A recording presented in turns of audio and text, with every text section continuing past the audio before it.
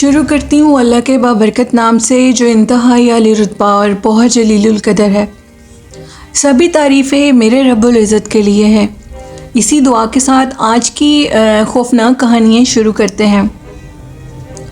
آج کی خوفناک کہانی میرے ایک لسنر ہیں جو کہ مجھے ریگولر میری سٹوریز کو سنتے ہیں، لیکن آج فرسٹ ٹائم انہوں نے اپنی سٹوری شیئر کی۔ ان کا نیم زین ہے اور وہ جدھر رہتے ہیں اس علاقے کا، اس شہر کا نیم وہ مینشن نہیں کرنا چاہتے۔ زین کہتے ہیں کہ میں گاؤں میں رہتا ہوں اور میرے گھر کے بالکل سامنے ایک اسکول ہے، ایک گورنمنٹ اسکول ہے جہاں پر آسیب کا بسیرا ہے۔ آپ یہ سمجھیں کہ لوگ بہت سی کہانیاں سناتے ہیں، لیکن وہاں پر ہم لوگوں نے اپنی آنکھوں سے آسیب، جنات اور ایسی مخلوقات کو دیکھا ہے۔ وہ اسکول کافی پرانا ہے اور اس اسکول میں اب آ کر بچوں کی تعداد تھوڑی کم ہو گئی ہے، اور اس کی وجہ یہ ہے کہ وہاں پر جنات ہیں اور جنات بچوں کو تنگ کرتے ہیں۔ وہ لڑکیوں کا گورنمنٹ اسکول ہے اور میری کزن بھی ادھر پڑھتی ہے۔ میری کزن کی کچھ دوستیں ہیں جن کے اوپر جنات کا بسیرا ہو چکا ہے، اور وہ بیٹھی بیٹھی کلاس روم میں بے ہوش ہو جاتی ہیں، ان کی طبیعت خراب ہو جاتی ہے، اور اس کے بعد وہ ان کے گھر والے آ کر لے جاتے ہیں۔ ان کے گھر والوں کے اکارڈنگلی وہاں پر جنات ہیں، جس کی وجہ سے بچیوں کے اوپر کوئی نہ کوئی چیز حاضر ہو جاتی ہے اور ان کو تنگ کرتی ہے۔ وہ کہتے ہیں کہ اب جیسے سردیوں کا موسم ہے، ایون گرمیوں میں بھی، سردیوں میں تو بہت جلدی گاؤں کے لوگ سو جاتے ہیں، اور بالکل میرے گھر کے سامنے وہ اسکول ہے۔ ادھر وہ کہتے ہیں کہ وہ جو جنات ہیں ان کی جو نظر آنے کی صورت وہ یہ ہے کہ لائٹس آن آف ہوتی ہیں کلاس کی، اسکول کی۔ وہاں کے چوکیدار نے بہت سی کہانیاں سنائی ہیں کہ اس نے اپنی آنکھوں سے وہاں پر جنات کے بچوں کو دیکھا ہے۔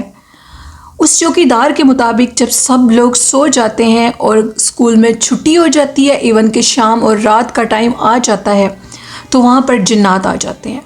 وہاں پر جنات کی باقاعدہ کلاسز ہوتی ہیں۔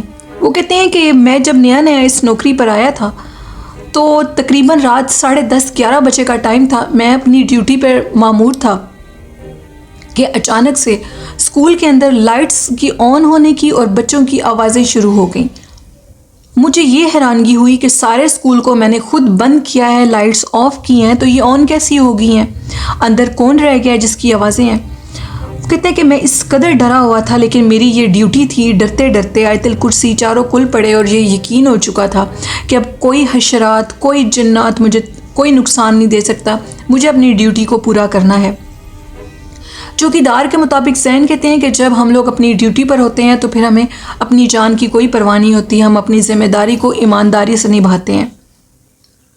ہم لوگ چلے گئے اور جیسے ہی میں اندر گیا تو میں کیا دیکھتا ہوں کہ کلاسز لگی ہوئی ہیں، دروازے بند ہیں، لیکن اندر سے آوازیں آ رہی ہیں، پراپرلی لائٹس آن ہیں، بچوں کی آوازیں ہیں۔ یہ آوازیں مجھے کافی حیران کن لگیں اور میں نے چاہا کہ میں دیکھتا ہوں کہ اندر کون ہے۔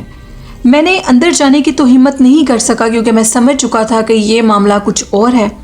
ایک کلاس روم کے ونڈو سے کھڑے ہو کر میں دیکھنے ہی لگا ابھی اندر کا منظر کہ اندر کیا ہو رہا ہے، تو میرے پیچھے سے کسی عورت کی آواز آئی، اور جیسے ہی میں نے پیچھے سے پلٹ کے دیکھا تو وہ ایک خوفناک شکل کی عورت تھی، جس کو دیکھ کر میری چیخ نکلی اور میں ادھر ہی گرا اور بے ہوش ہو گیا۔ صبح کہیں فجر کی اذانیں ہوئی ہیں تو میری آنکھ کھلی اور میں نے دیکھا کہ اسکول میں ہر طرف خاموشی اور سناٹا ہے۔ میرا جسم پہ سارا ضابطہ پڑ چکا تھا اور میں نے یہ چیز سوچی کہ اب مجھے ادھر سے اٹھنا چاہیے اس سے پہلے کہ مجھے کوئی اور چیز نقصان دے۔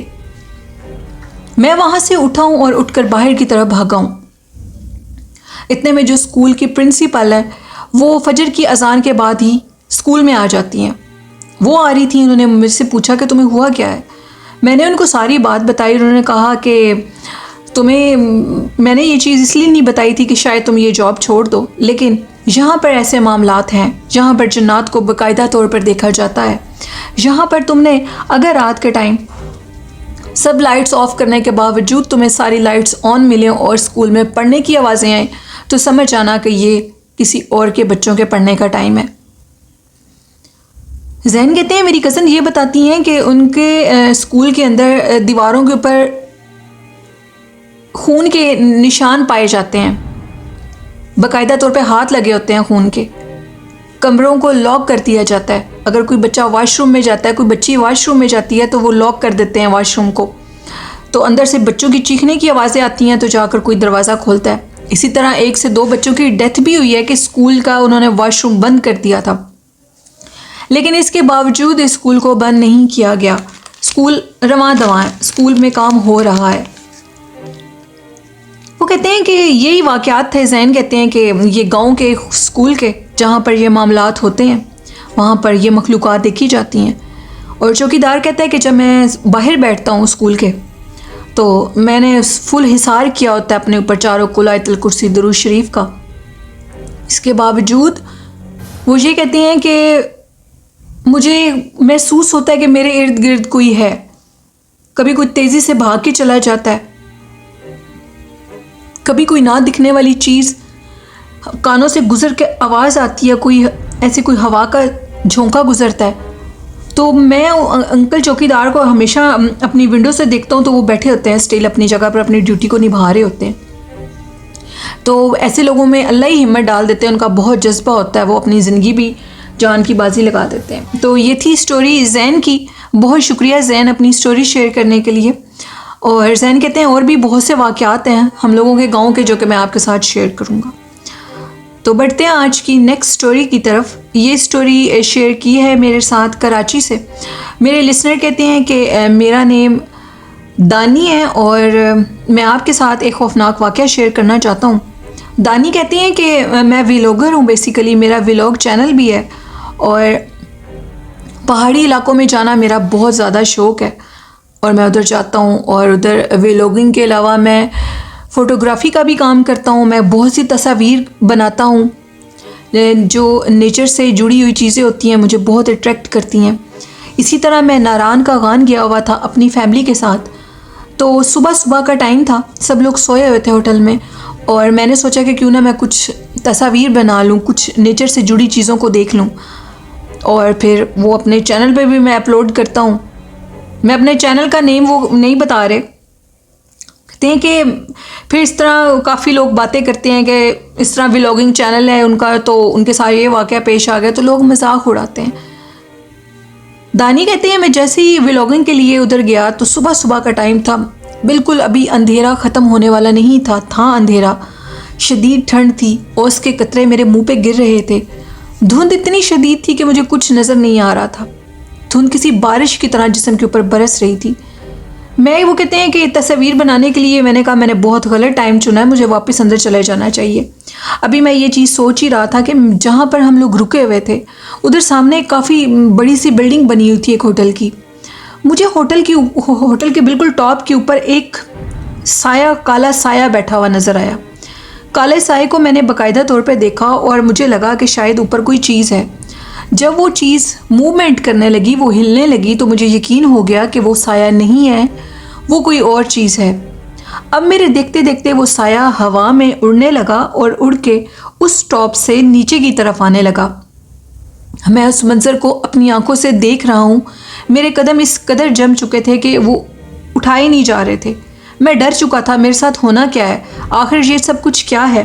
میں خوف کے عالم میں مبتلا تھا. میری حالت بہت بری تھی, مجھے کچھ سمجھ نہیں آ رہا تھا کہ میں کیا کروں گا. وہ چیز بالکل اب میرے قریب آ چکی تھی, اس قدر قریب آ چکی تھی کہ وہ میری بالکل آنکھوں کے سامنے تھی. وہ ایک کالے رنگ کا وجود تھا جس کی سرخ لال آنکھیں تھیں اور وہ بالکل میرے قریب تھا. میری ماں کی دعائیں تھیں اور میرے باپ کی دعائیں تھیں کہ مجھے آیت الکرسی یاد آئی. میں نے جیسے آیت الکرسی کا ورد کیا, درود شریف اور چاروں کل اپنی زبان پر لایا, تو وہ سایہ میرے سے پیچھے ہٹنے لگا.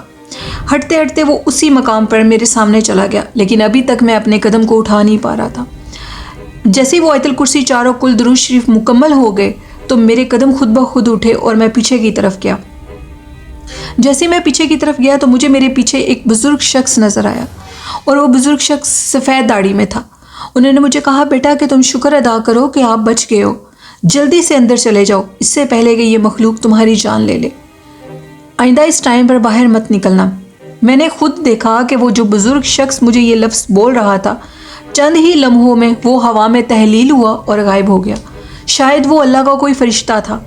وہ مجھے یہ وارننگ دینے کے لیے آیا تھا کہ تم جتنے دن ادھر ہو ایسی غلطی مت کرنا کہ شاید تمہیں کوئی نقصان مل سکتا ہے. میں جلدی سے اپنے گھر کے اندر گیا. میرے ابو فجر کی نماز کے لیے اٹھے ہوئے تھے. ان کو جا کر ساری بات بتائی. میرا کلر بالکل پیلا ہو چکا تھا خوف کے مارے. میں نے اتنا خوفناک منظر دیکھا تھا. شکر ہے کہ میں بچ گیا تھا. اگر میں دیر کرتا تو شاید میری جان بھی جا سکتی تھی. میں نے اتنی خوفناک مخلوق آج تک نہیں دیکھی. وہ اسی سامنے بلڈنگ میں رہتی تھی. اس بلڈنگ سے کافی واقعات بھی جڑے ہوئے ہیں. جتنے دن ہم لوگ ادھر رہے انہوں نے بتایا کہ یہ خالی بلڈنگ ہے اور اس بلڈنگ میں وہ کہتے ہیں کہ بہت سی عجیب و غریب مخلوقات کو دیکھا جاتا ہے. بہت سے خوفناک سائے نظر آتے ہیں. یہ سٹوری تھی دانی کی جو کہ انہوں نے کراچی سے شیئر کی. بہت شکریہ دانی اپنی سٹوری شیئر کرنے کے لیے. تو یہ تھی آج کی خوفناک کہانیاں. لسنرز میرے لسنرز کو کیسی لگتی ہیں میری کہانیاں؟ مجھے اپنا فیڈ بیک ضرور دیا کریں. اور حضور نبی کریم صلی اللہ علیہ وآلہ وسلم کے سچے غلام بنے. اپنی زندگی کا ایک ایک لمحہ ان کی محبت میں گزاریں. ان سے محبت کریں. درود و سلام پڑھا کریں. کیونکہ جب سلام پڑھا جاتا ہے تو سرکار جواب دیتے ہیں. ہماری سبھی مشکلیں ختم ہو جاتی ہیں. قرآن پاک اور نماز کو اپنی زندگی کا خاص حصہ بنائیں. طہارت کی حالت میں رہیں. نیک کام کریں. کوئی بھی وقت اللہ سے ملاقات کا ہو سکتا ہے. اور والدین سے بہت محبت کریں. والدین کی قدر کریں کیونکہ ہماری زندگی میں سب سے زیادہ محبت کے جو حقدار ہیں وہ ہمارے والدین ہیں. تو آئی ہوپ میرے لسنرز اس پہ عمل کریں گے اور چینل کو سپورٹ کریں. چینل کو سبسکرائب کریں. مجھے اپنی دعاؤں میں یاد رکھیے گا. اللہ حافظ. اللہ نگہبان.